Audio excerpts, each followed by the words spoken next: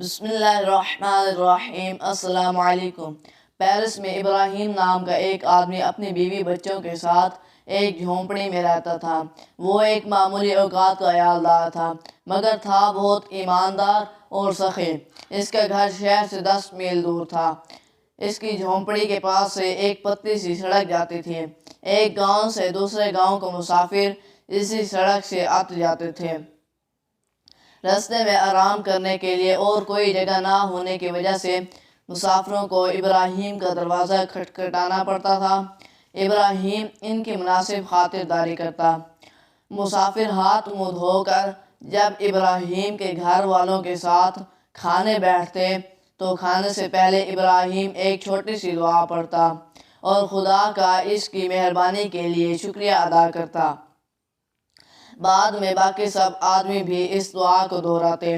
مسافروں کی خدمت کا یہ سلسلہ کئی سال تک جاری رہا، لیکن سب کے دن سدا ایک سے نہیں رہتے۔ زمانے کے پھیر میں پڑھ کر ابراہیم غریب ہو گیا۔ اس پر بھی اس نے مسافروں کو کھانا دینا بند کیا۔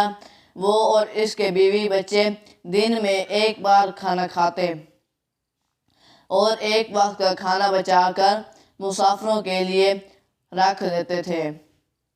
اس سخاوت سے ابراہیم کو بہت اطمینان ہوتا، لیکن ساتھ ساتھ ہی اسے کچھ غرور ہو گیا اور وہ یہ سمجھنے لگا کہ میں بہت بڑا ایماندار ہوں اور میرا ایمان ہی سب سے اونچا ہے۔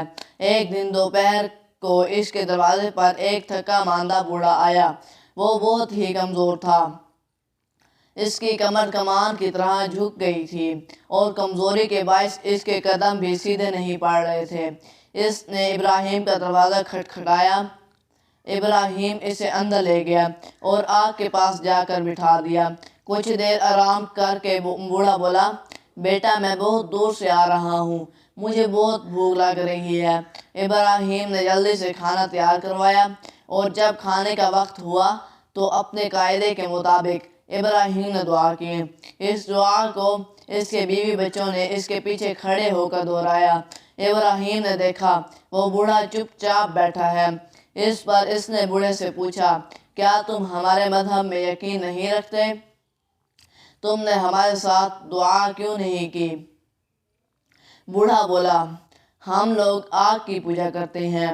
اتنا سن کر ابراہیم غصے سے لال پیلا ہو گیا اور اس نے کہا، اگر تم ہمارے خدا میں یقین نہیں رکھتے اور ہمارے ساتھ دعا بھی نہیں کرتے تو اسی وقت ہمارے گھر سے باہر نکل جاؤ۔ ابراہیم نے اسے کھانا دیے بغیر ہی گھر سے باہر نکال دیا اور دروازہ بند کر لیا۔ مگر دروازہ بند کرتے ہی کمرے میں اچانک روشنی پھیل گئی اور ایک فرشتے نے ظاہر ہو کر کہا، ابراہیم یہ تم نے کیا کیا؟ یہ غریب بوڑھا 100 سال کا ہے۔ خدا نے اتنی عمر تک اس کی دیکھ بھال کی اور ایک تم ہو جو اپنے آپ کو خدا کا بندہ سمجھتے ہو، اس پر بھی اسے ایک دن کھانا نہیں دے سکے، صرف اس لیے کہ اس کا مذہب تمہارے مذہب سے الگ ہے۔ دنیا میں مذہب چاہے بے شمار ہوں، لیکن خدا سب کا سچا خالق ہے اور سب کا وہی ایک مالک ہے۔ یہ کہہ کر فرشتہ آنکھوں سے اوجھل ہو گیا۔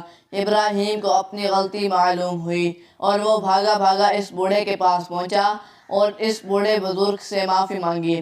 بوڑھے نے اسے معاف کرتے ہوئے کہا، بیٹا اب تو تم سمجھ گئے ہوگے کہ خدا سب کا ایک ہے۔ یہ سن کر ابراہیم کو بہت تعجب ہوا، کیونکہ یہی بات اس فرشتے نے بھی کہی تھی۔ مزید ایسی ویڈیوز دیکھنے کے لیے ہمارے چینل کو سبسکرائب اور لائک ضرور کریں۔ شکریہ۔